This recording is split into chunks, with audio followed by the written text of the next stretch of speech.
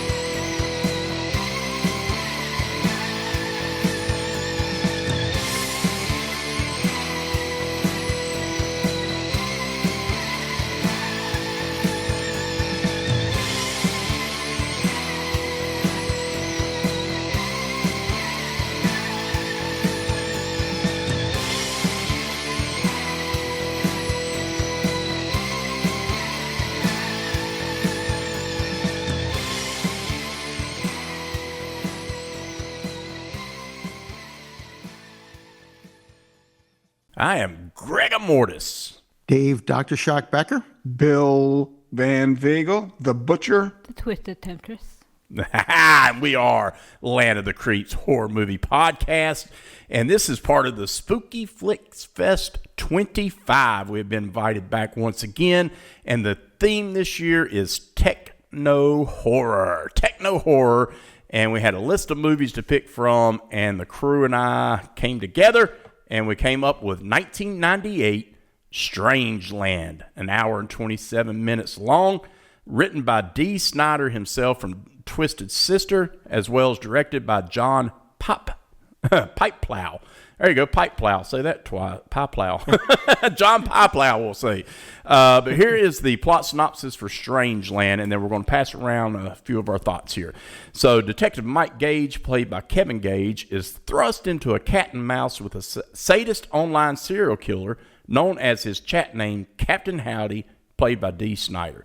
Detective Gage's daughter, Genevieve Gage, played by Linda Cardellini, is active on an online chat board where she is lured in by Captain Howdy himself. He invites her and her friend Tiana Moore, played by Amal Rowe, to a party where he kidnaps, tortures, and kills the friend while keeping Genevieve hostage.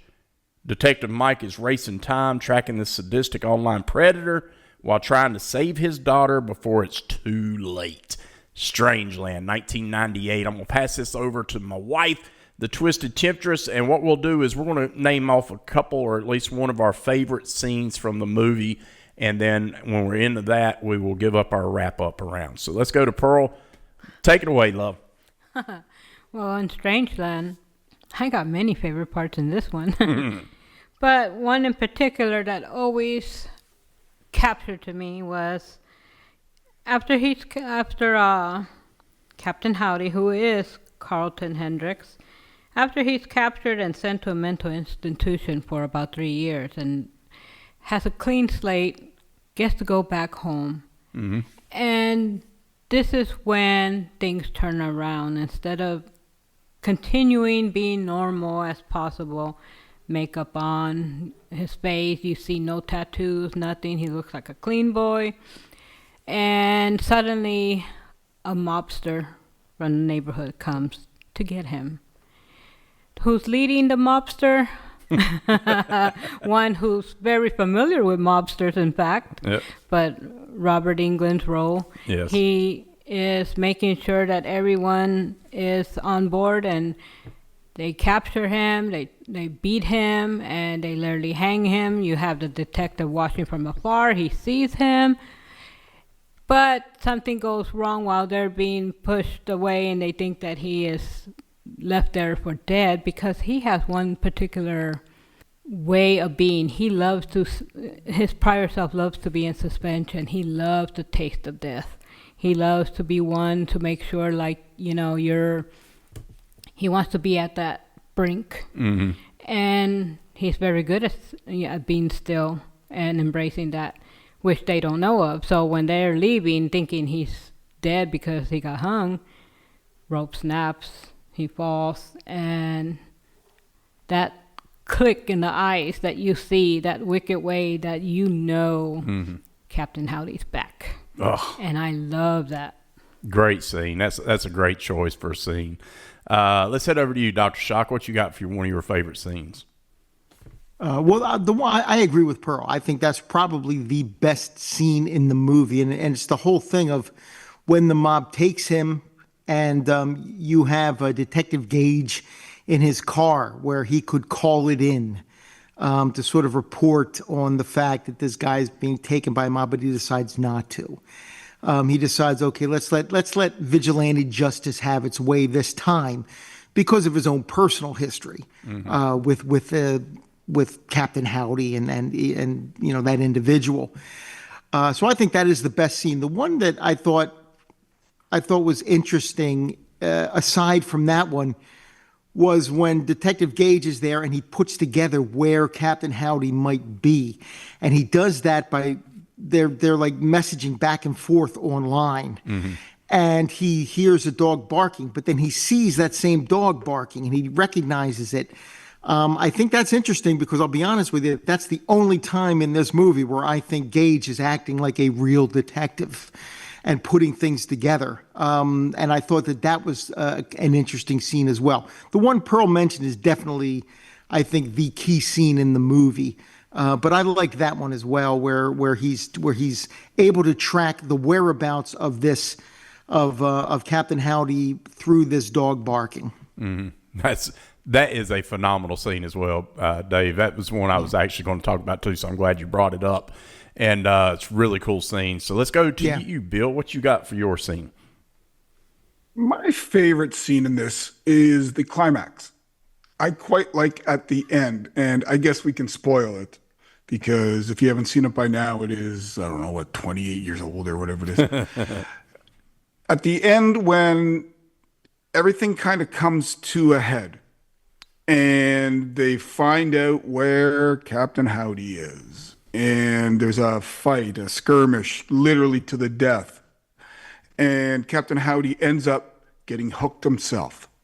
And seeing him swing back and forth on the chain like a pendulum on a clock, burning and just going back and forth. It's that hurrah moment, that yes.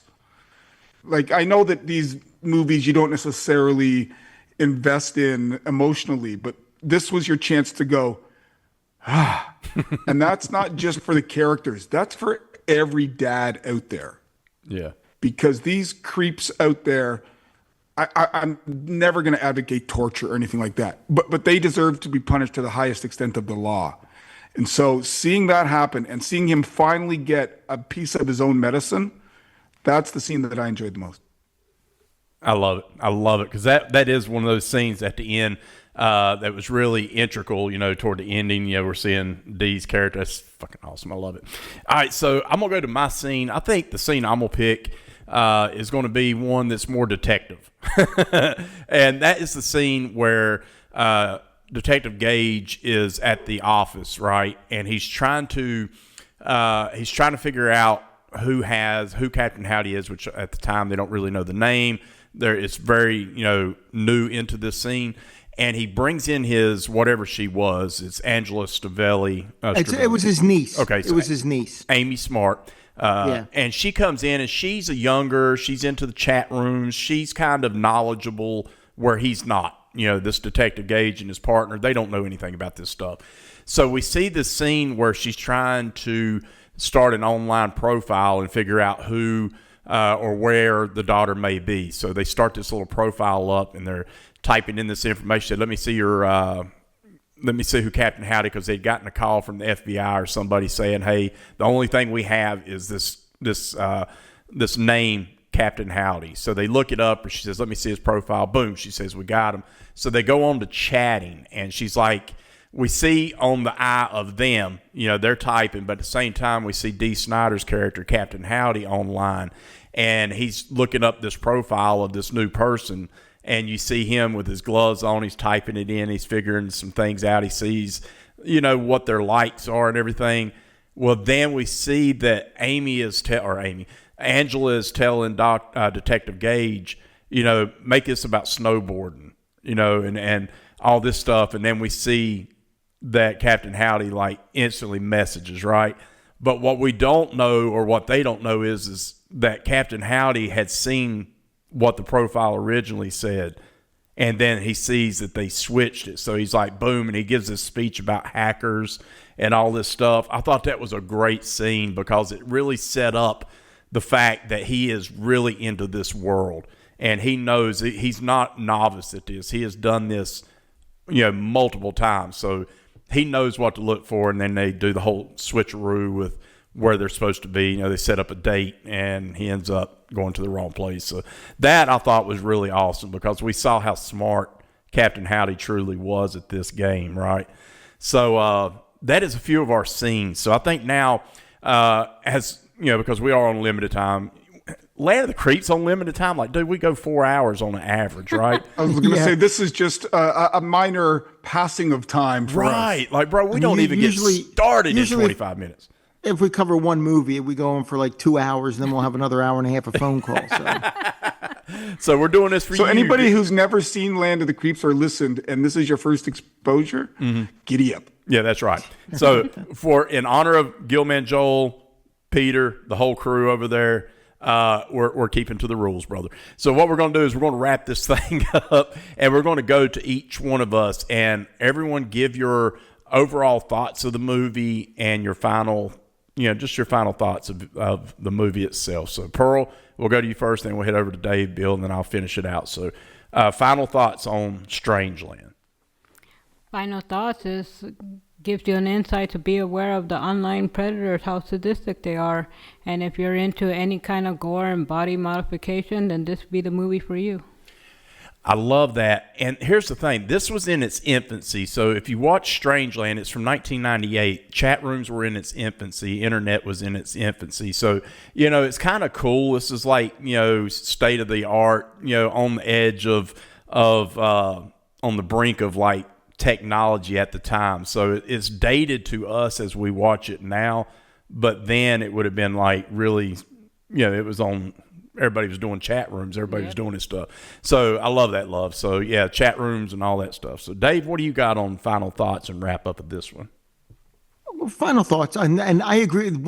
I think that's one of the most interesting aspects of this is that it is so early in that technology, and you could see how it would attract a predator like that, because this, as new as it was, it's still sort of an innocent time for the chat rooms and the internet and all that, to the point that people aren't going to be quite as wary as they are even, now.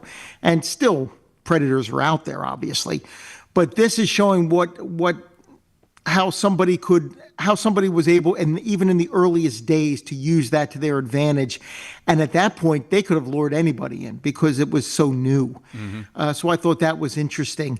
I think what really gets me and what I was really impressed by was Dee Snider. I think Dee Snider, especially as Captain Howdy, not so much when he had sort of been rehabilitated, but when he was that character, he was spot on and giving a performance that I really wasn't ready for from Dee Snider. I think he was tremendous as that character in this movie. And I always go back to the scene where he has a guy tied up that he's going to do something to his member. And man, that is one of the cringiest things I've seen in a 90s movie. Apple Gang, I think it was called, or something like that. Or something like that, yeah. And I immediately closed my legs. Yeah, it was instinctively. Yes, it was so disturbing. Yes. I think where the movie falls for me is it doesn't work as a police procedural, because I think the cops, including Detective Gage, are incredibly ineffective. Even with it being a new technology, they take far too long to explore that. Yeah. And it wouldn't work if it was just looking for this guy just in general. But when it's his daughter, it's even more inexcusable that he didn't go to the internet right away. That he didn't, he found out that this is an area where he could have gotten some information. The best detective in this movie is Amy Smart.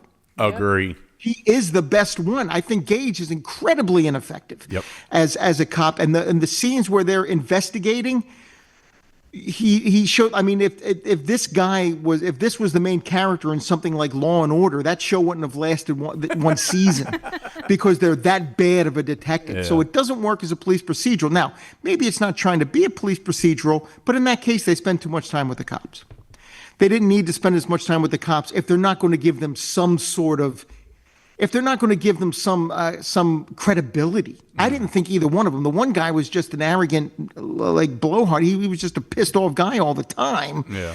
And Detective Gage, it's your daughter out there, man. There's even a scene where you see him getting ready to turn on the computer, maybe look at it before Amy Smart's even brought in, and he goes, "Nah, this isn't going to help. Come on, dude. It's your daughter out there. You got nothing else, and you tell me you're not going to try to get into that computer a little bit sooner." Mm-hmm. So I didn't really buy that part of it. Now, one of the things I did like is how they give us this movie, and it's not either of these films in any way, but it gives us the Psycho and Psycho 2, where we see the criminal Captain Howdy, then we see the rehabilitation where then he becomes a victim and we sort of sympathize with him. Mm-hmm. Which we got in Psycho 2 with Norman Bates. We got what we found out about Norman at the end of Psycho, a spoiler for Psycho, but tough shit if you haven't seen it.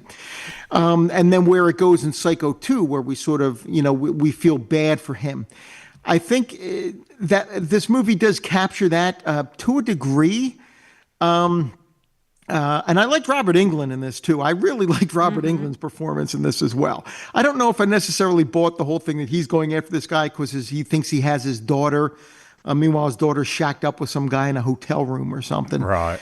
Which they show us a couple times. But I still liked that. I still liked Robert Englund in this, and that is the best scene where they sort of drag him off into the woods and they hang him up again. That said, I don't know that I totally. I think it was rushing through. I think they were trying to put too much in, and it was rushing through a little bit. But I think it's still Dee Snider is sort of the line through it that holds it together.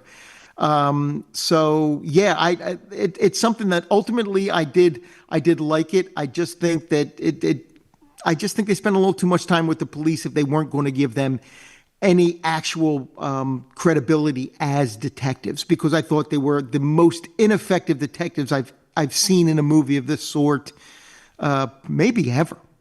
Wow. Yeah, I can't argue with that at all. You're right. Let's head over to you, Bill. What you got in your wrap up here?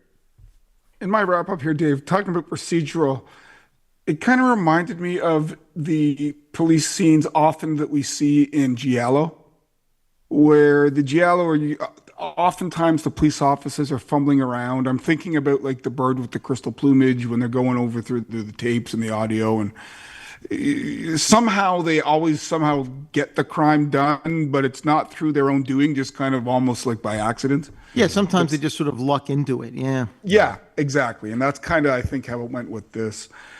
And my own personal take on Dee Snider himself, just as a backdrop, I can remember back in 1984 getting not only one copy of the album Stay Hungry, my dad got me one, and unbeknownst to him, so did my grandma. So I had two copies of Stay Hungry. Yes. So I love Burn in Hell, The Price, although, we're not going to take it, all those albums. So I always had a special affinity as a kid for Dee Snider. The other thing, now, this is going to sound really funny coming from me, but this is a movie that had its torture element. I think they did well by not overdoing that. Mm-hmm. There was an element there that could have gone guinea pig style. Yeah. They could have gone a lot further. They could have shown, I don't think there was any nudity involved in this film. There was a little. A little, but, and the blood was not excessive. Mm-mm. Especially when you had the scene hanging him by the tree and all that. Like, it did not go overboard. And everybody, thinks, oh, Butcher Bill, he loves his, and I do. Don't get me wrong. I absolutely love gore and blood and guts for the sake of it. But I think in this movie, the restraint really worked.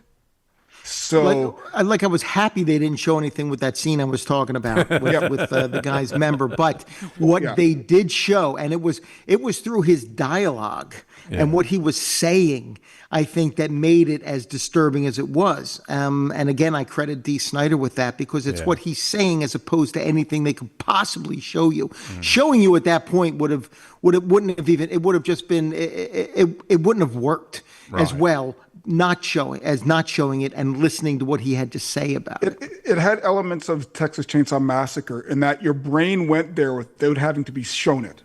Exactly. It was really good at setting the mood, so the atmosphere, the lighting, the industrial music. Like I could have seen Trent Reznor easily doing the soundtrack to this and doing a bang up job. Yeah.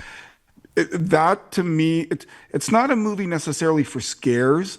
It's a movie for atmosphere. And if you're just going by atmosphere, this is right up there.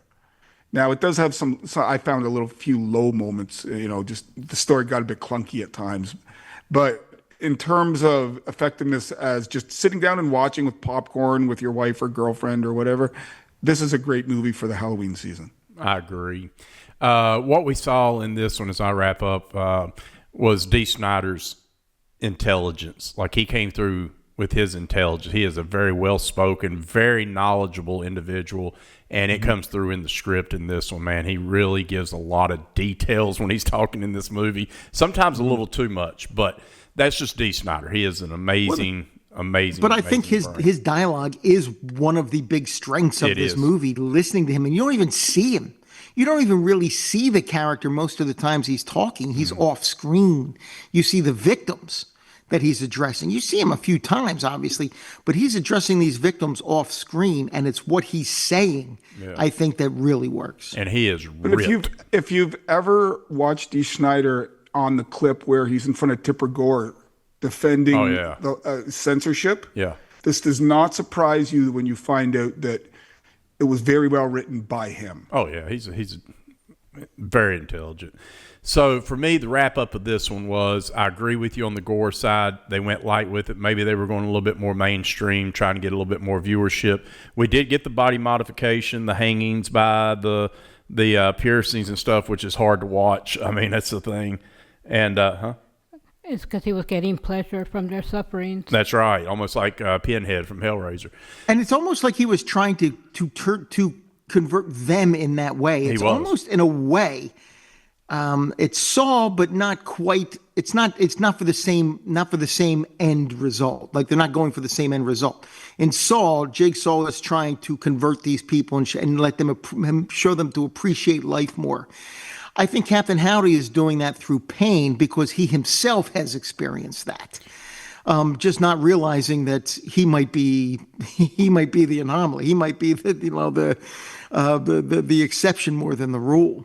Well, early in the movie, we see that he is like trying to hit that higher plateau, and he's upset because they woke him up too soon. He's like, I almost crossed over, and the whole thought of him was like he wanted everyone to hit that plateau, like the ultimate, that ultimate feeling of freedom, and that's what he was trying to give him. So you're right on that. The other thing, and I'll close out with this, the other thing I think is phenomenal about this movie is the soundtrack. We have the soundtrack itself, in conclusion, by Dee Snider. You got Breathe by Seven Dust. You got A Secret Place by Megadeth. Where You Come From Pantera. P&V by Anthrax. Absent by Snot. Street Justice by Day in the Life. Not Living by Cold Chamber. In League by Bile. Sweet Tooth by Marilyn Manson. Eye for an Eye by Soulfly. Serpent Boy by Head PE. Fuck Off by Kid Rock featuring Eminem. Awake by the Clay People. Marmalade by System of a Down. I'm the Man by Nashville Pussy. Great group if you've never heard them, by the way. Captain Howdy, Crisis, and you got Heroes Are Hard to Find by Twisted Sister. I'm telling you, there's a few other songs. This soundtrack is a who's who of bands in 98. This is like, when you look at this and listen to the score, it's a really heavy banging album, score. But if you look at them, it is literally Dee Snider bringing in the who's who of popular bands at the time, metal bands, and it works. It really works. What an amazing soundtrack. So yeah, I agree. I think the music was really a strength as well. So but to be expected with Dee Snider. absolutely. Anybody who likes the dark industrial kind of style of music, you're going to love the soundtrack. Absolutely. So that is our wrap up of Strangeland from 1998. Once again, written by Dee Snider, directed by John I keep saying Piplow. Sorry. He only did one other project, so there you go. But not a bad one. This is not a bad That's because flick. nobody could pronounce his name. I Nobody know, could right? rhyme him 'cause they couldn't find him. Pieplow. I was going to say, somebody like Dan Smith got the call because they could just say his name better. That's right. Right. So I hope you will check the movie out. It's Strangeland. Go look at it, buy it, get it, watch it, get the soundtrack, get the score, rock it out. And with that said, we're going to close it out right here with us saying thank you, Gilman Joel, and the crew over there for inviting us back once again to Spooky Flix 2025. I hope you I have hope you're enjoyed. the closet, Peter. Yep. I hope everyone has enjoyed the shows that you've already heard and the shows that are coming up, because I know this is a month full of great podcasts coming in talking about other movies. We love it. Thank you, Gilman Joel, and we love you guys so much. So if you want to check us out, you can go to landthecreeps.blogspot.com to find our show. We're on all podcast platforms. And with that said, I'm Greg Mortis, along with Dr. Shot Dave Becker, Bill the Butcher Van Vagel, and the Twisted Tempters. We're signing out. Till next time, help keep horror alive. We do that one movie at a time, one review at a time. Peace.